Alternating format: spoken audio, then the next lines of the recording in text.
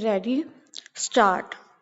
I am directed to refer to the above subject and to state that instances have come to the notice of the government in which candidates persons on their first entry in government service have been allowed to join duty without production of medical fitness certificate duly issued by the competent authority full stop. Such civil servants are allowed to obtain the requisite certificate at a later stage on expiry of considerable period of time full stop.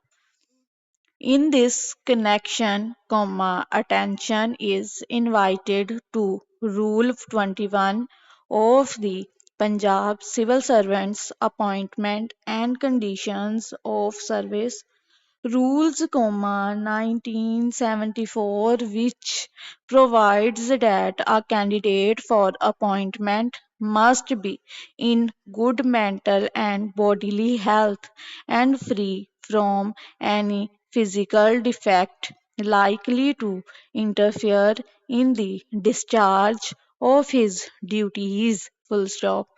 I am to emphasize that the practice of the joining the candidates without medical fitness certificate being inconsistent with the rules and instructions referred to above may be discouraged and in no case a candidate be allowed to join his assignment without the requisite medical certificate full stop.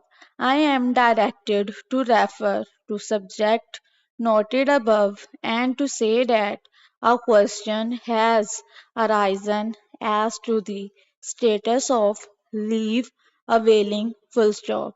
It has been observed that in such cases the officers assumed entire description to determine the date of commence of leave full stop.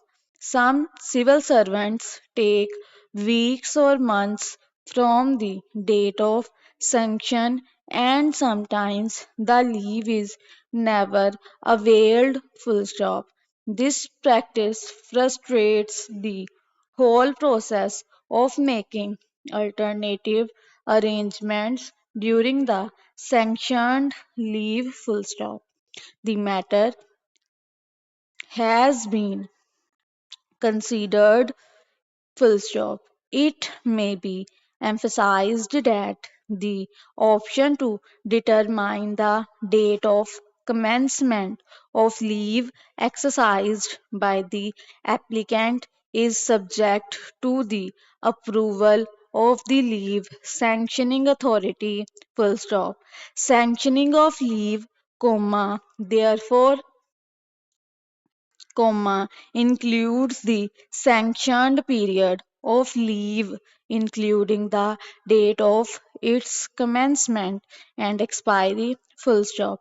According to Rule 21 of the revised leave rules, 1981, leave commences from the date of availing on which a civil servant hands over the charge of his post and ends on the date proceeding on which he assumes duty full stop.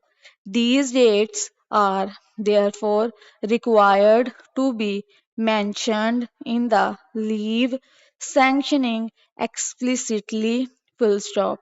I am therefore to clarify that the above procedure may be followed carefully so that the dates of commencement and ending of the leave are in the knowledge of sanctioning authorities, so as to avoid unpredictable conditions for making alternative arrangements during the period of leave and for arranging the passing of civil servants full stop.